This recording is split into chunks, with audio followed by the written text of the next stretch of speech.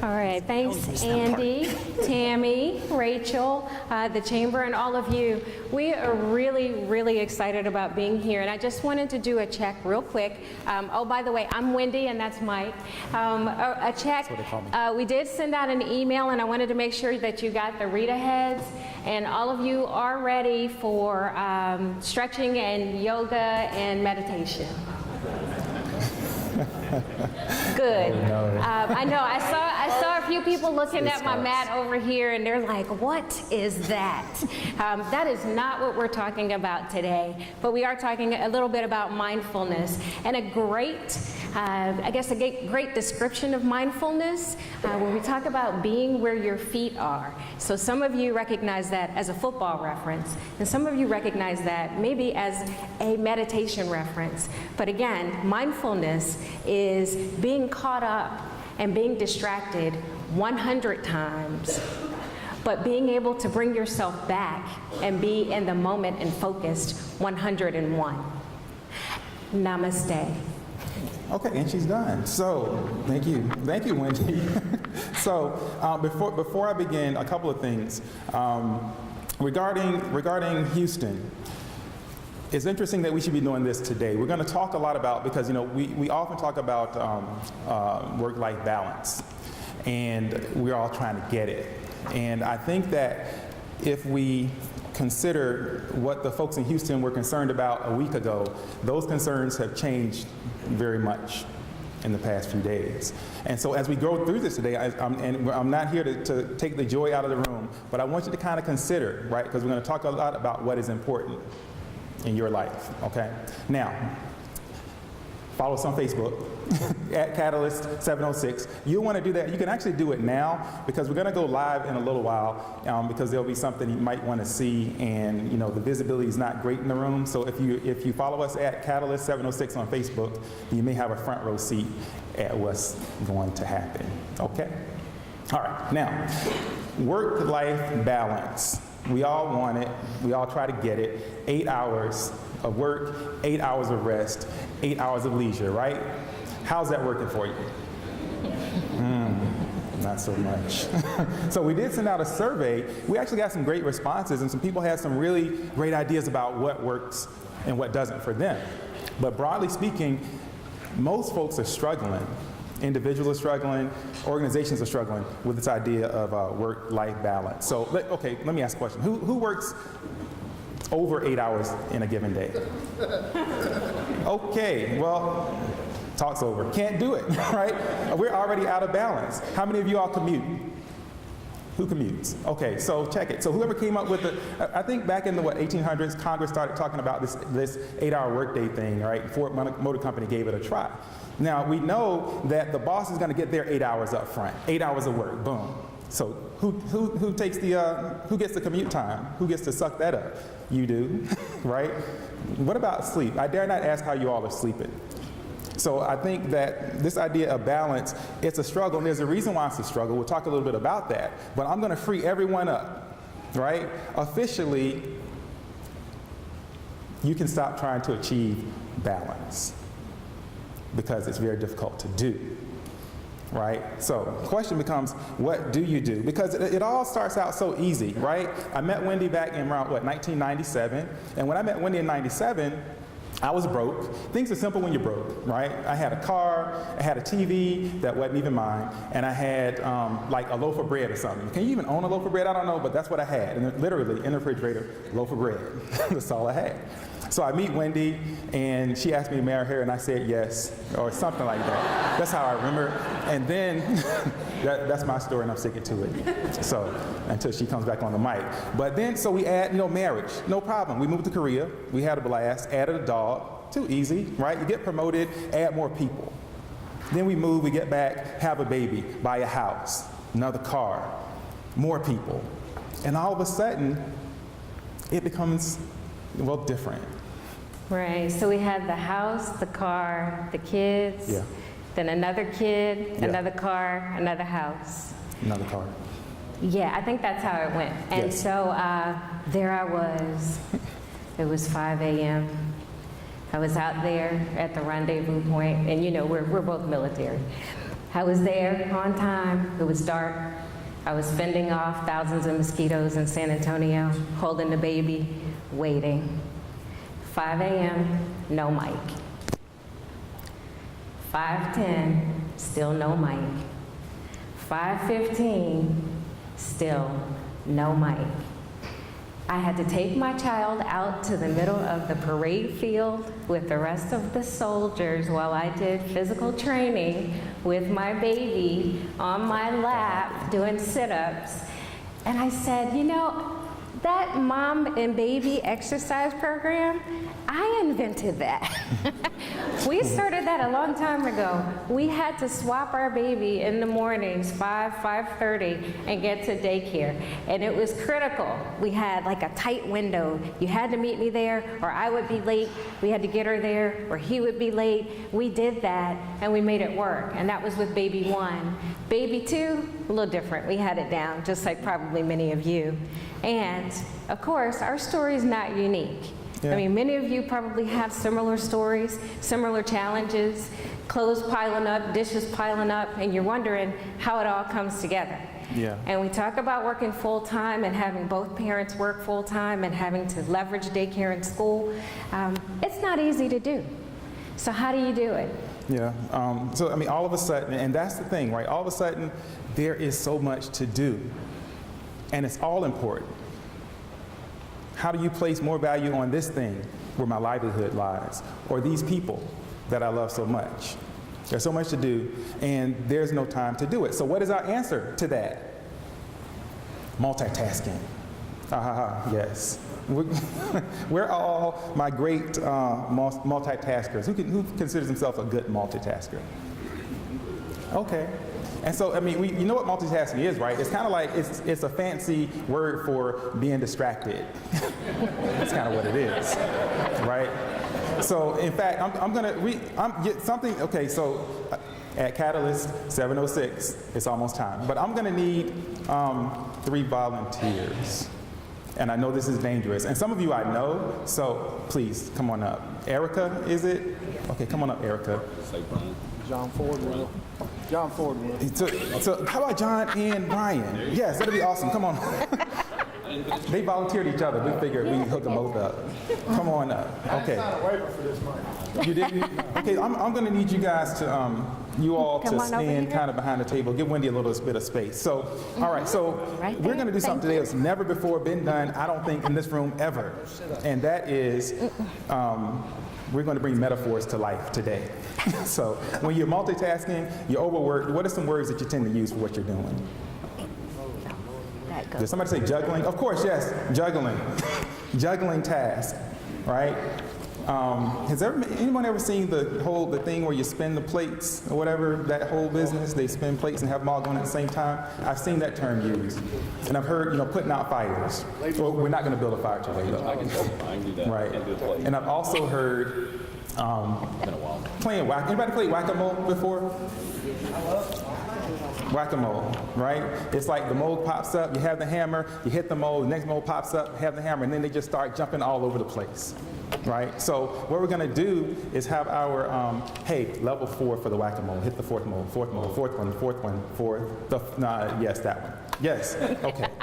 Can't make this easy. Okay, so what we're gonna do, I'm just gonna take a couple of seconds and we're going to bring these to life. I want to know how watching this actually, what it brings up for you, how it makes you feel right here, if you ever felt quite like this. Okay, so, but before we begin, there's a couple of requirements. Don't let me whack it with No, you're doing it. Okay, so you have You got whack-a-mole. juggling. So you have 3 balls, right? So the red ball, what's most important to you 3 in your life? plates, you get it on here, Your family. and you spin Red it ball. around. Okay? You got Brian, whack-a-mole. what's most important to you? Gamecock football.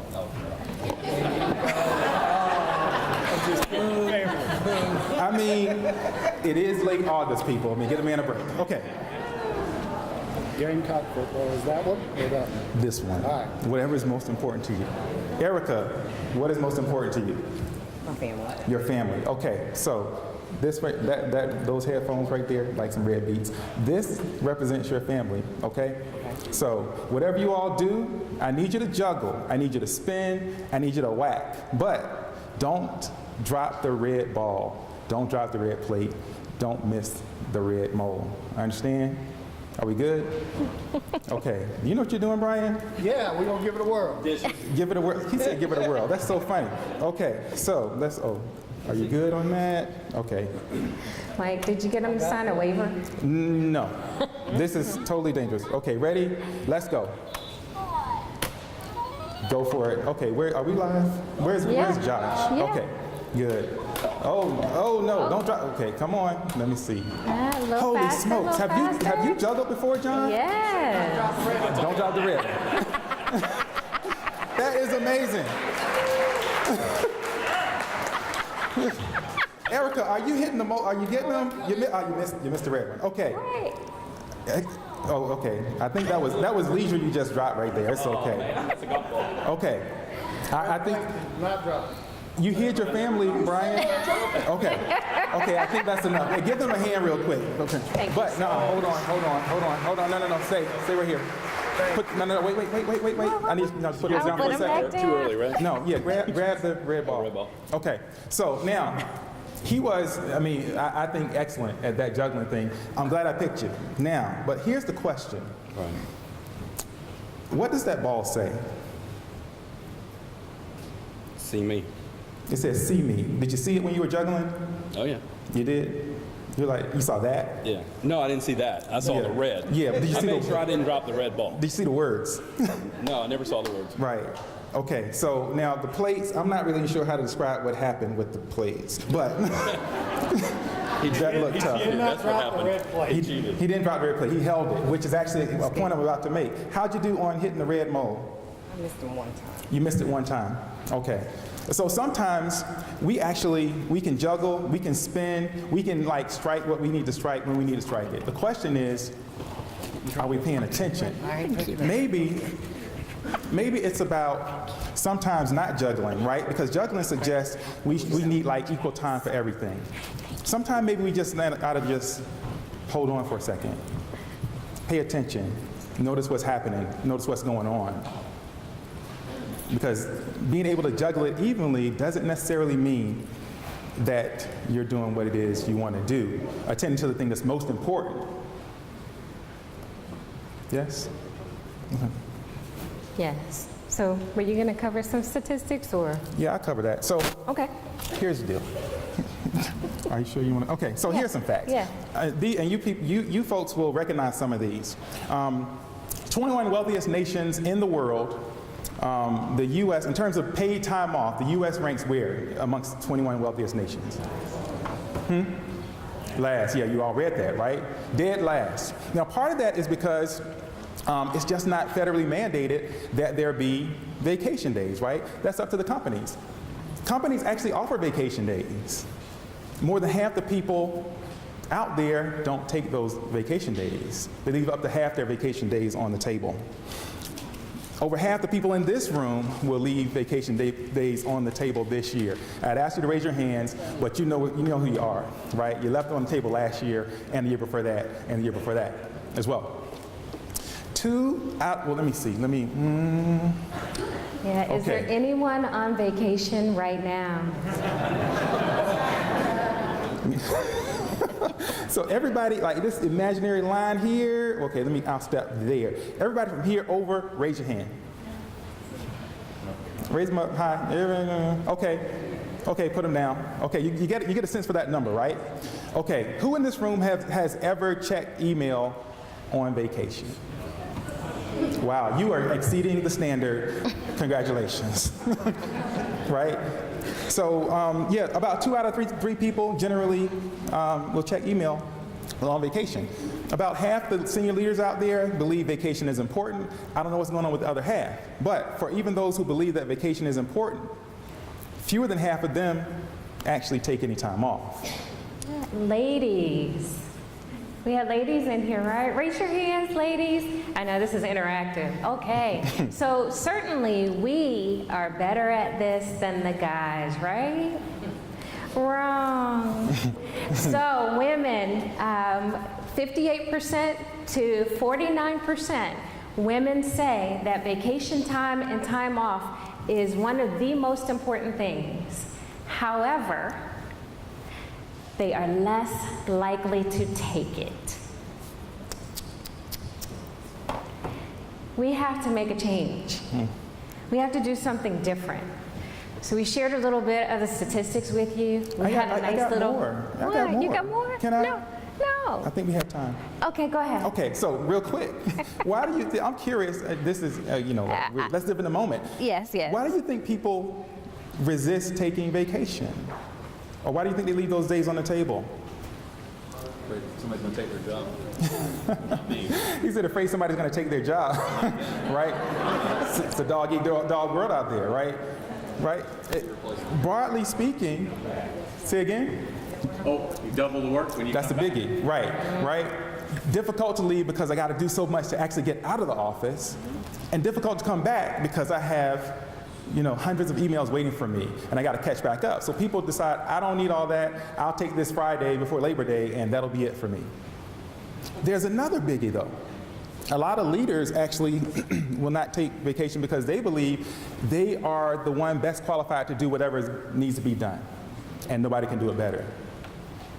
So this talk is not about that today, but my question I'll pose to you is, if that's you, is it that your people aren't prepared, or is it that you don't trust them? Ponder that. So we work, about 47 hours average in the US, and that's just in the middle. Most of you are probably working over in the 50-hour range or more. Right, which equates to an additional day each week. But I thought there's only like 7 days a week. How's that even possible? I don't even know. Yeah. Okay. So again, we shared some of the statistics. We did a little demonstration for you, and we shared a little bit of our story, or at least how our story started. So have we mastered the moment? Have we figured this thing out as a married couple in business together? Absolutely not. But we have learned some things, and we want to share with you a little bit about what we've learned. Some of you have learned these same lessons, and you heard we did the baby swap early, and we had houses and cars and different things, but we really had to come together to determine what was most important in our lives, what's important to me, what's important to Mike, and what's important to both of us. And we created our own reality within our homes. So even if it's just you by yourself right now, or you're married, your reality has to be your mutually created reality in your home. You define what your reality is and what your roles are. The roles and the rules are yours. Because too often we're trying to live up to an ideal that everybody else says is how we should do it. And we're worried about whether or not the laundry is piled up or the dishes are piled up. And that's really not what's important, not every day. I read an article recently, because I have 2 daughters, 2 teenage daughters, pray for me. And it said basically, don't focus on having them clean their rooms all the time. And I thought, are you kidding? They're gonna grow up to be, horrible people and homeless if they don't clean their room. I just can't do it. I'm failing them if I somehow don't wake them up to make sure everything's put away. And the advice was great, because basically the advice was just close the door. Because that's not what's important. I should focus on what great students they are, what great young women they are, and really make that the focus. I realized that I was doing more correcting and yelling and adjusting than I was applauding and building them up and loving. And so when they would see me, it was always, if they did something wrong, they'd want to go to Mike. So I said, okay, there's some things that have to change. Putting our marriage first. We were in love with each other before we had children and dogs and cats and a rat. That's right, I was first. And when all those things go away, it'll be me and him again. Do I know him? Do I appreciate him? Do I wake up every day accepting him for who he is that day?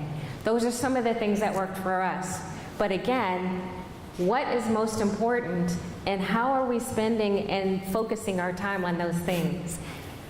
That's what we're working on, and we hope you will work on it too. Yeah. So, what is most important? Are we attending to it? Our days are extended. We established that, right? Working well over the 40-hour work week. And then we go home. The number on average, and it's probably more, but 2 to 3 hours people put in at home after a full day at work. What's going on with that? Now, some of you will say technology, right? We have cell phones, laptops, tablets. We can tap into work anytime, and you'd be right. But who's sending those emails that you're responding to? Or maybe you're the one that's sending them. I don't know. But is it technology, or is it kind of a combination of technology and culture? What we decided is okay.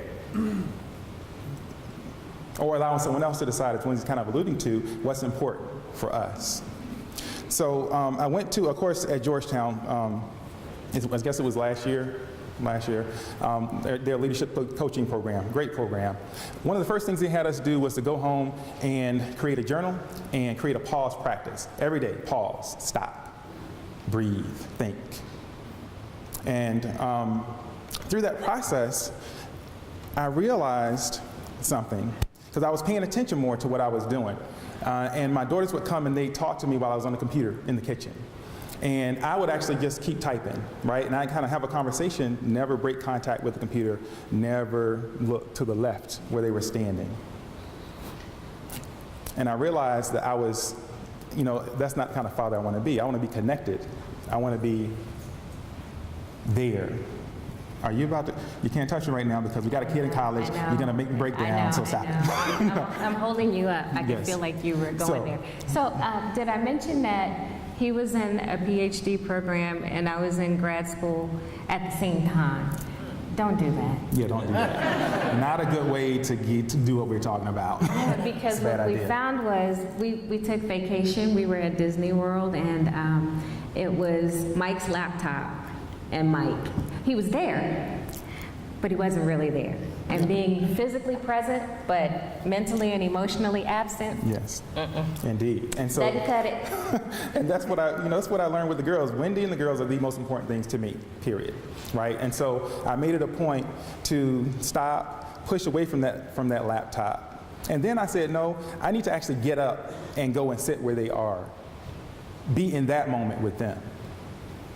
All right, because ultimately that's what it's all about. When it's all said and done, I won't remember the proposal I was putting together or the training product or whatever. All that matters is a great relationship, a close relationship with my family. That's me, right? And so, and then you have those days where you go to college and eat lunch with her, and it's all good, like it was yesterday, right? Which makes it all pay off. So I want you all to take a look. There's a model right there, and we won't spend a lot of time on it, but there's a single sheet of paper unfolded. It has some blue circles.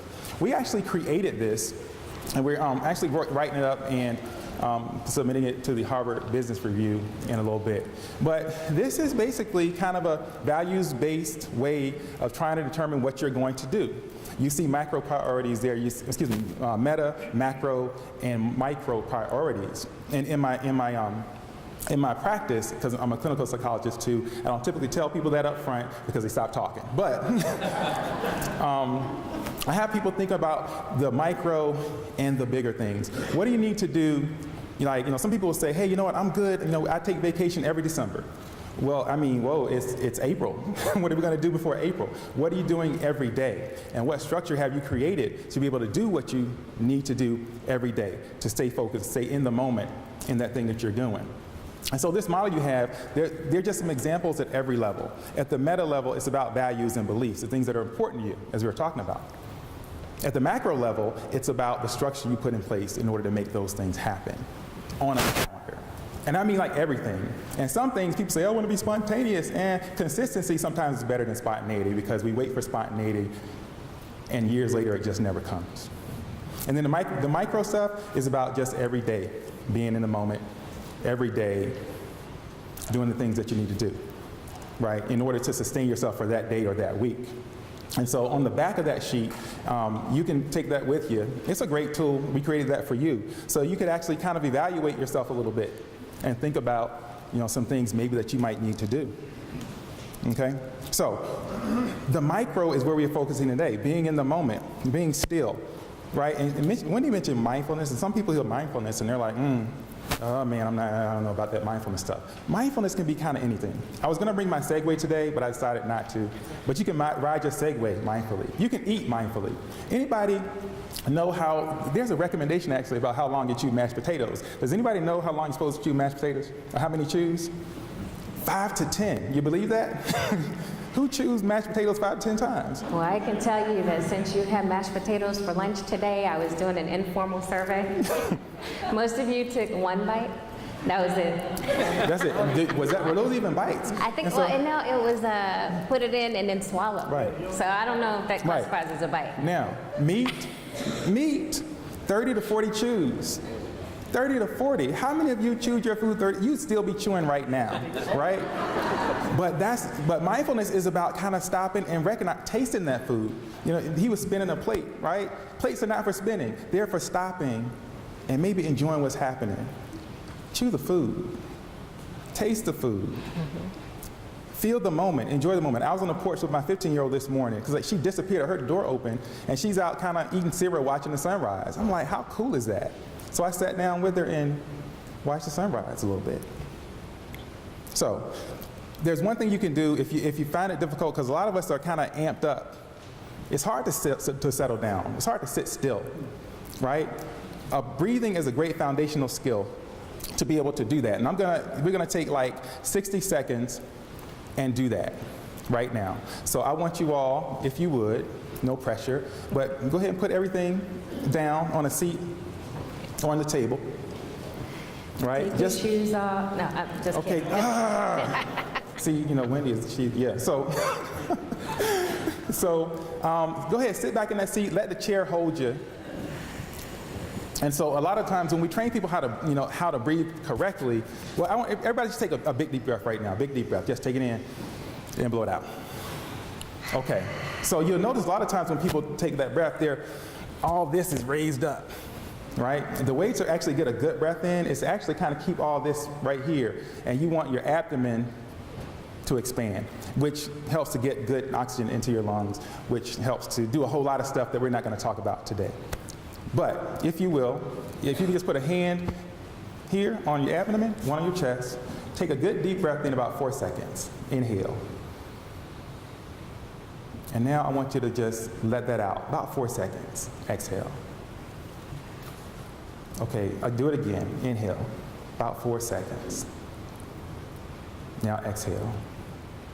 And when I say 4 seconds, it's not the 1, 2, 3, 4. It's kind of like the 1,000, 2,000, 3,000. Now, how many of you, so what we're going for there is for that hand on your belly to be the one that kind of expands a little bit.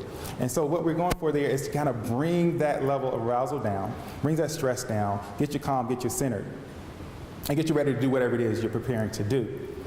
How many people actually do that on a regular basis? Okay. So that simple exercise I just showed you, if you did that starting like 5 minutes in the morning, 5 minutes before you go to bed, maybe one time midday, has the potential to change the way that you do and see everything. Now some of you are saying, I don't know what you're talking about, Mike, that's craziness, but it's not. And we put some data, a few things that are actually empirically based on that sheet to show you some of the benefits of mindfulness. And I say mindfulness because kind of one of the primary components of mindfulness begins with the breathing, noticing how you're breathing, right? And sometimes just doing that is enough. Turning the phone over, and when things come at you, mindfulness is about being able to say, okay, dog's barking, I'll get to that later. Phone buzzed, noticed it, get to that later, etc. That's what mindfulness is all about. So that took like no time. And some people are saying, okay, I know that took no time, but I don't have time at all. I'm busy. You don't know how busy I am. I'm going to lose money. I'm going to lose clients. I'm going to lose whatever. So a gentleman by the name of Mr. Cathy owns some restaurants that you may be familiar with. Chick-fil-A. Okay? Now back in 1946, he made a decision. And that decision was he was not going to open his stores on Sunday. Now, current day, anybody have an idea about how much money that costs to keep those doors closed? Somewhere in the neighborhood of like $1 billion a year. But he makes $6 billion per store. Chick-fil-A's number one, right? And number two is not even close on per store sales. Chick-fil-A has fewer than 2,000 stores. and they're number 8 in terms of fast food sales in the nation, and that's compared to all of everybody, right? So they're like kind of right in there with the big boys, operating at, you know, less than 10%, right? And so I think it's fair to say what they discovered is that if you pay attention to those things, to the small things, and create space for what you believe in, then you can be okay. The question is, the biggie here is, does the culture that you work in support that? Or does it not? Does the culture that you create or that you work in support that? Or have you created a culture that supports that? And yeah, our background is healthcare, and I'm a nurse, so I couldn't leave without saying, no job, no company, nothing that you do is worth dying for. It's just not that important. Whoa, okay, you're absolutely right. And you know, it's right. Some of us have, you know, I'm a man, I'm born with risk factors, right? I gotta slow it down. So, but we wanna leave you with this thought. Just stop juggling. Stop spinning. Stop putting out fires. Just stop. Remember what's important. Create the space. And experience each moment.